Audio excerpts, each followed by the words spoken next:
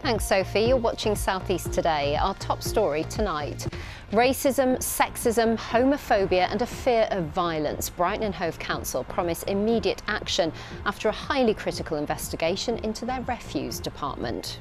The report is shocking, the report is sickening. It describes an absolutely toxic department at City Clean. An inquest hears a dying woman cried out in pain while being held in Kent police custody. What are we doing here, Neil? We're going to play cricket. Care for the Carers, a new film encouraging families dealing with dementia to speak up and get better support. And treasures in the attic, the extraordinary fashion collection found in a Sussex farmhouse that once belonged to photographer and model Lee Miller.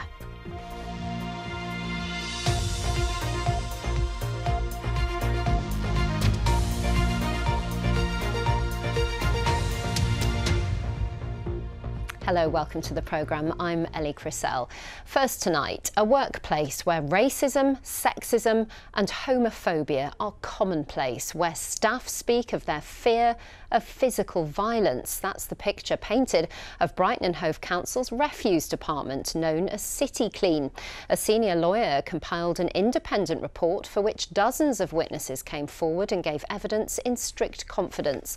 They described how some workers made explicit threats to use physical violence and indeed did use violence against colleagues, racially and sexually harassed other staff and managers, with one person saying aggression had become culturally ingrained. Any attempt at discipline was said to result in a threat to strike, as Charlie Rose reports. On the trucks, a positive message. Inside the depot, whistleblowers say nothing could be further from the truth. More than 70 witnesses gave evidence to the barrister Aileen McColgan, who found the working environment here was stressful and damaging, where appropriate and reasonable managerial conduct was characterised by staff as bullying and/or harassment, and where a number of City Clean workers had been subjected to racist name-calling by colleagues, and a truck had been regularly defaced with racist graffiti. It's absolutely shocking, and today I want to apologise on behalf of Brighton and Hove City Council to any staff member that has been affected either directly or indirectly by the behaviours that are outlined in this report. I also want to say that this stops today, and we are going to be acting robustly on the findings in this report. Well, it appears that tensions are running high here at the depot today. Already, 2 members of staff have come out to speak to us, worried that we might be identifying workers. We have contacted the GMB asking for an interview. They've declined. Instead, they've sent us a statement saying they're deeply concerned by the contents of today's report, and they say they take firm action whenever incidents are identified that don't meet expected standards. The union also said in recent years a comprehensive process of positive change had transformed the organisation, adding that their commitment to facing down discrimination and bad behaviour was unwavering. Managers weren't able to act as managers because of the threat of industrial action and the demographics of the workforce. We've seen this with investigations into the Met Police and the fire brigade as well around the UK. That there is a toxic environment because of the demographics of the workforce in terms of the number of men working in that organisation. Most of the individuals at the centre of the allegations have not yet been given the chance to respond. But the council leader says once the full report is published, disciplinary action will be taken and the workers forced to clean up their act. Well, Charlie is outside the council offices in Hove live for us this evening. Charlie, seemingly this report is just the beginning. There's more to come. Yes, what we have so far are the initial independent inquiry findings, but what we have so far is already pretty alarming. There's so much of it, we're struggling to fit it all in. One man described turning up at work with a bad taste in his mouth because he knew, he says, he would be shouted at. Another theme running through all of this is misogyny. female managers describing facing personal remarks and so-called sexual banter. Now, the leader of the council here says she commissioned the report soon after she took office in May, and she says she fears that this could have been going on, these sort of problems could have been going on for, well, potentially decades, Ellie. Charlie, thank you. The family of a woman who died in a cell at Tunbridge Police Station have told a coroner she cried out in pain in her last moments. Debbie Padley, who was 43, fell ill in custody and died of a severe kidney infection 17 hours later. The inquest into her death will look at the medical attention she received while in custody. Louisa Pilbeam reports. A loving and devoted mother of 4 who enjoyed baking cookies and watching Mary Poppins with her children.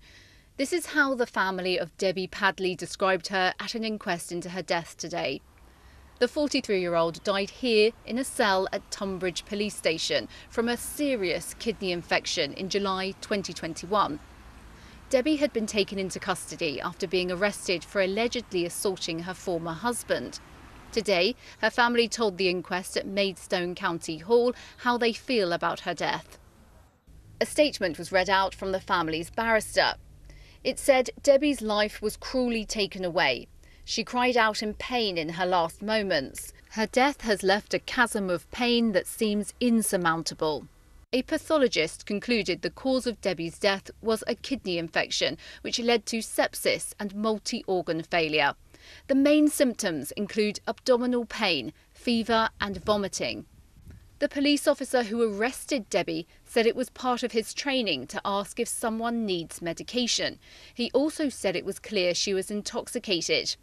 PC Rowlings of Kent Police told the inquest, "I had a brief look in her bag to see if there was any medication to take with us."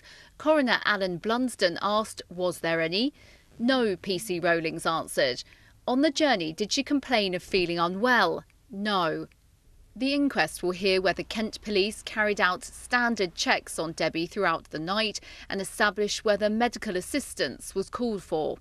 The inquest is expected to last 2 weeks. Well, Louisa Pilbeam is at County Hall where that inquest is being held.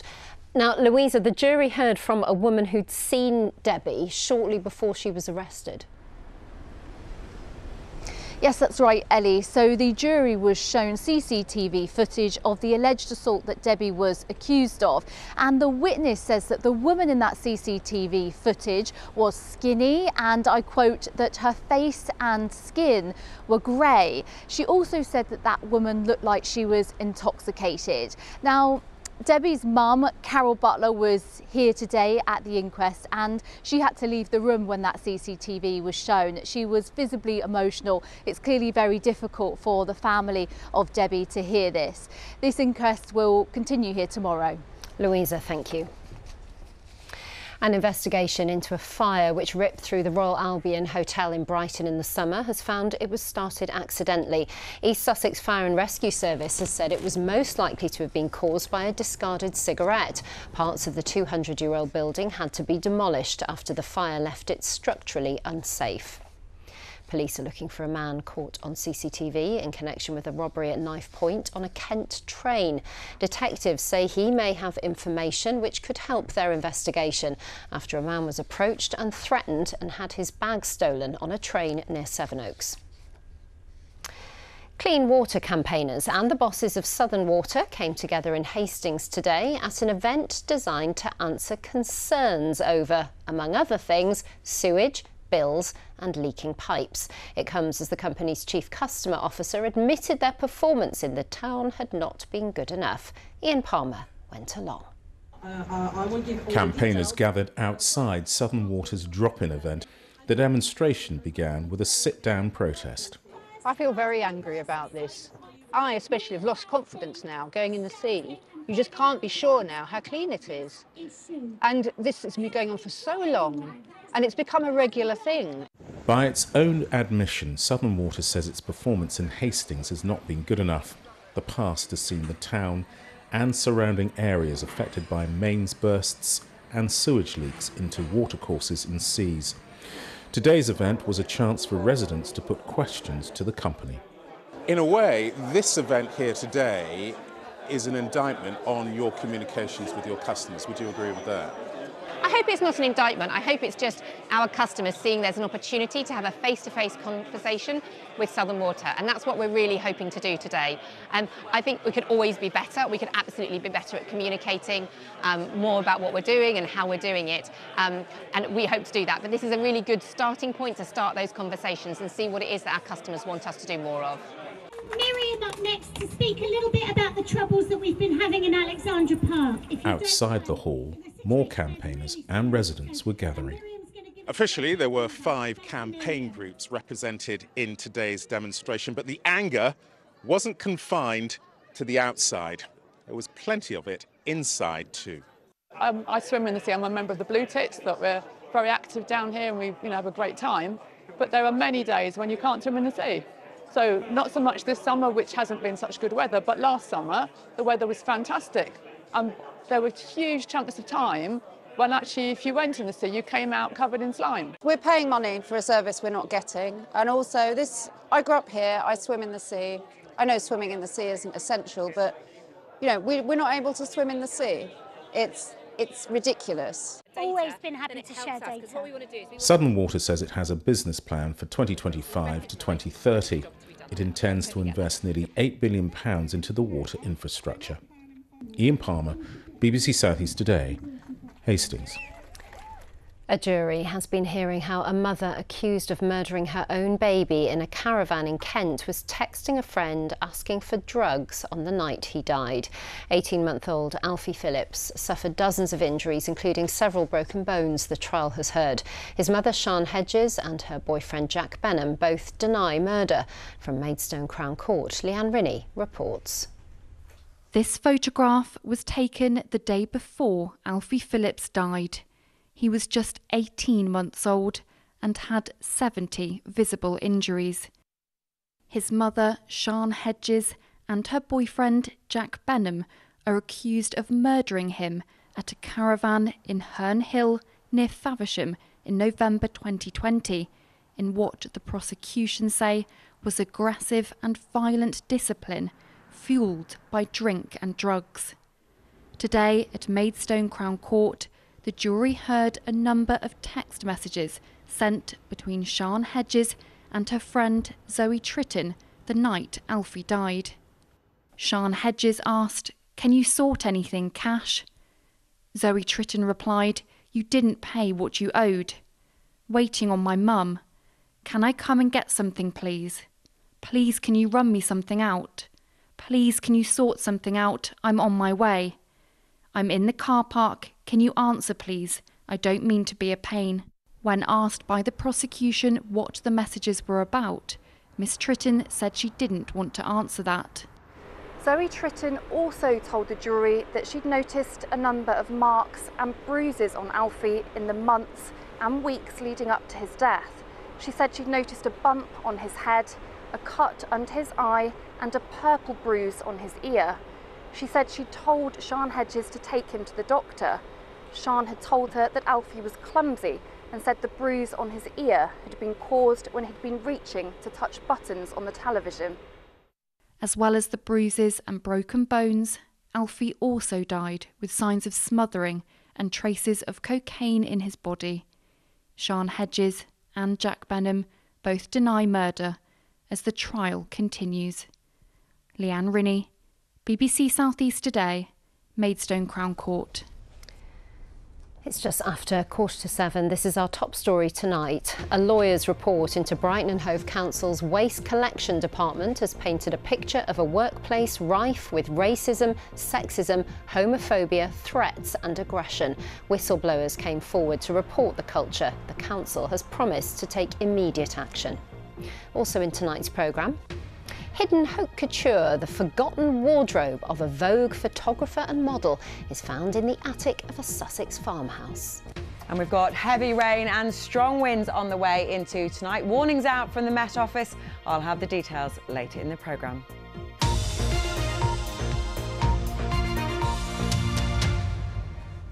Now, maths is a political subject these days. While the Prime Minister wants students to study it until 18, Labour this week announced plans for primary children to learn what it calls real-world numeracy skills. But for some people, any maths feels beyond them.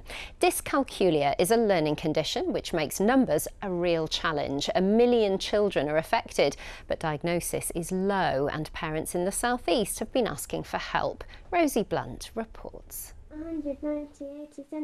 9-year-old Lexi loves school. Did you want to put them in reverse order? There's only one subject she really struggles with. I find it really hard to do maths at school, but my teachers give me some different calculations to everyone else. Does it add up to 100? Last year, her mum Julie took her to see an educational psychologist who diagnosed her with dyscalculia, a learning difficulty that affects how people process numbers. It's been much easier since she got a diagnosis because now we know how we can best support Lexi. But most of what we do is fun, isn't it, darling? We try and make maths fun so then it really doesn't feel like we're learning. 6% of the population have dyscalculia, but experts say many people go undiagnosed. We know that schools don't have the money or resources at the moment to be able to necessarily identify all the children who potentially might have dyscalculia. Dyscalculia makes everyday tasks like reading train times, dialing phone numbers, and counting money difficult. Now in his 30s, Peter Cherry failed to pass his maths GCSE. Despite having a PhD, he struggled to get a job and at one point had to go on universal credit. You feel absolutely worthless and you just thought there's no, what's my purpose, to be honest. I just think as a society, we are not very inclusive of people with low numeracy at all. The Department for Education said it is reforming the support system for children and prioritising earlier intervention. 4 out of 4. For Lexi, as well as finding new ways to learn maths, it's all about celebrating her strengths. I sometimes think of a story and then I write it down and then I read it to my mum every night. We talk a lot about superpowers in our house, don't we? I know that you were incredibly determined. So when you put your mind to something, you are super determined, aren't you? Yeah. Lexi and Julie hope that by speaking out about dyscalculia, they might inspire other families to get the help they need. Rosie Blunt, BBC South East Today, Brighton. Now, caring for a loved one with dementia can be a huge challenge for families. Accessing the right support is vital, but particularly for families from a South Asian background, seeking help can be something of a taboo. As Chrissy Reedy reports, to help raise awareness of dementia, 2 films have been shown in Crawley as a reminder that carers can and should ask for help. What are we doing here, Neil? We're going to play cricket. Why? What's the point? Because it'll be fun. It's a film about dementia, to remind South Asian communities help is out there. But for many, there's still taboo around the illness, which stops people accessing the right support. The South Asian community, as we know, very home-orientated, living in extended families, even now, even though the kids are more professional and maybe, not at home all the time. But I think with the diverse communities, there's a different dynamics within communities and within families. And I think that dynamic we need to really approach with dementia. I'm sorry, I'm going to be a bit late this morning. That's okay, Neil. Saj is an actor from Crawley. He appeared in one of the films and brought his own personal experience to the role after his grandfather Govind lived with dementia for 5 years. The importance of the collective is given prevalence over the individual sometimes in South Asian cultures and societies, and so it's up to us to break that taboo.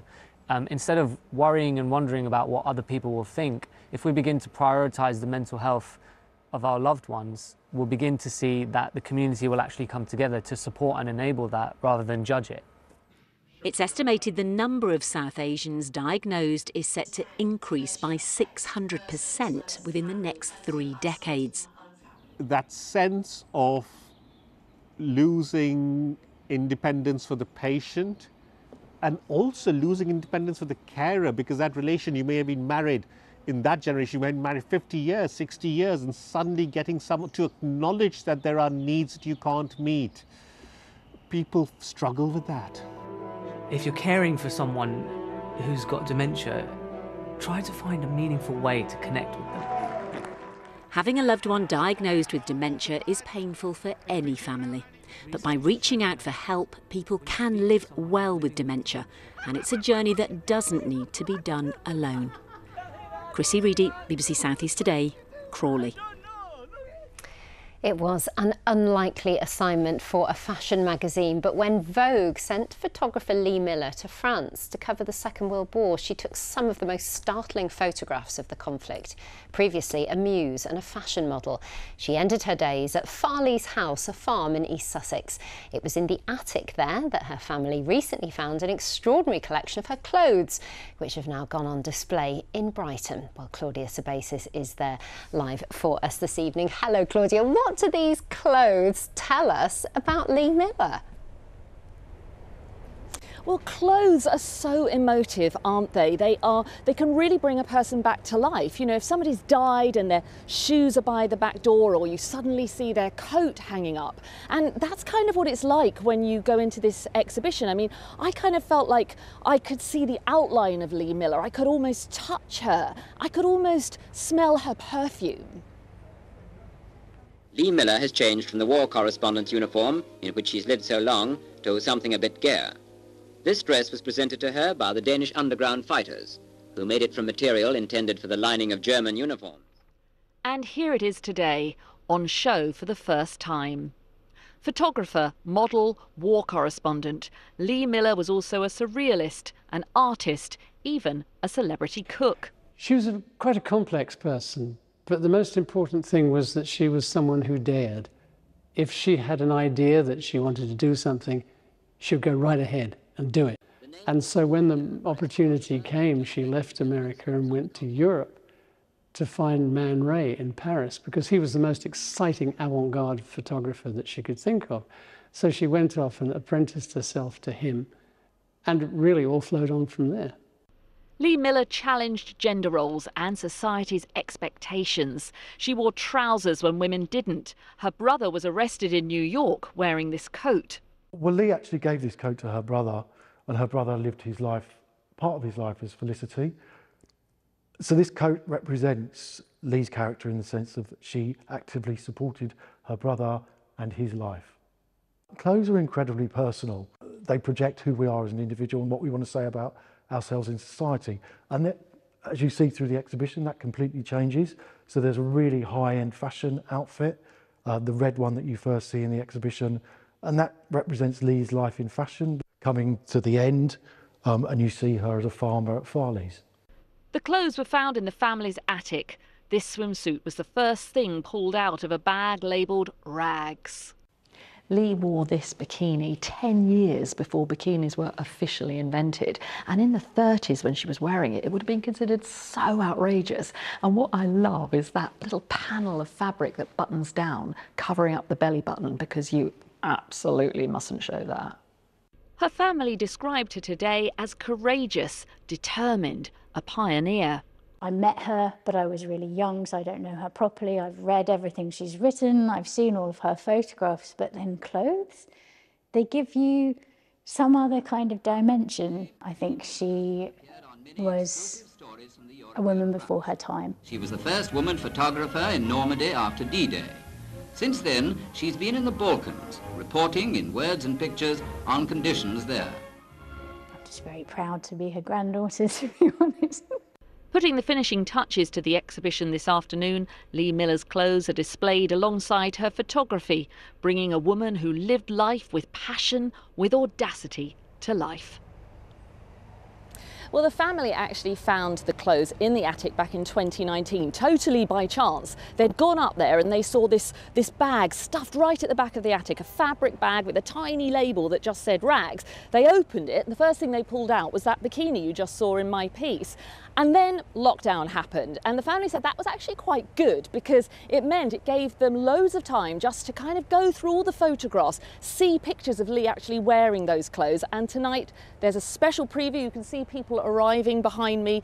That's the preview for the exhibition, but it will open to the public, to everybody else, on Saturday. Fabulous. Thank you very much, Claudia. Love that bikini and love not being able to show your belly button. Great. Thank you very much. That is, no, it's time for the weather forecast, and it's all changed. How could I forget? Sorry, I'm going to cut you off there, Rach. Yeah, you've got a lot to say. Tell us all about it. I know it's all changed at the moment, isn't it? Of course, we started the week on quite a sunny, mild note. All changed. Now today there was some fairly light patchy rain around, some grey skies, and actually for tomorrow some really heavy rain on the way. Now we are going to start to see that as we go into tonight. Warnings out from the Met Office, particularly through the day for tomorrow. Potentially we could be seeing up to an inch of rainfall and really strong winds around as well. So warnings out about the heavy rain and gale force gusts, potentially some travel disruption, particularly first thing tomorrow morning. Now as we head into tonight, perhaps initially dry, but very quickly all of us seeing this heavy rain. Lots of deep blues behind me, just indicating how heavy that's going to be. It passes through relatively quickly on the strength of some really blustery southwesterly winds. They're gusting around 30 miles per hour by the early hours of tomorrow morning. But just look at these temperatures. They're only dropping to around 15 or 16 degrees. Those southwesterly winds still keeping things really mild for the time of year. So we start on a mild note, but really blustery. And again, there will be heavier pulses of rain throughout the day. That warning's valid until the evening for tomorrow.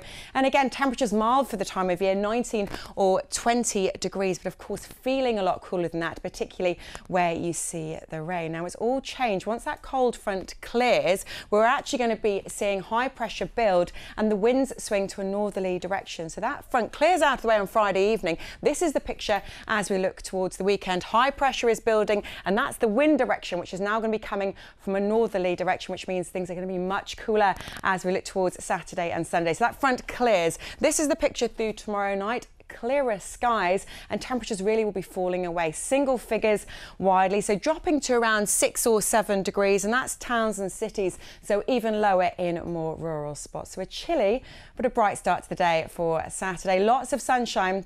And by the afternoon, all of us seeing a bright, clear sky with temperatures, just look at them, only rising to around 13 or 14 degrees. So that's lower than the temperatures tonight. Now, we may well see a bit of a frost over into Sunday. So look at all that, lots of blue on the map. The reason for that, by the time that we get to Sunday, temperatures in the afternoon will be at around 11 degrees. So lots going on, particularly for tomorrow. Do take care first thing tomorrow with the wind and the rain. Time to put the heating on, I know, maybe. Put it off long enough. Yeah. Thanks very much, Rachel. That's it. Miranda Shunker is back with your late news at 10:30. Bye-bye.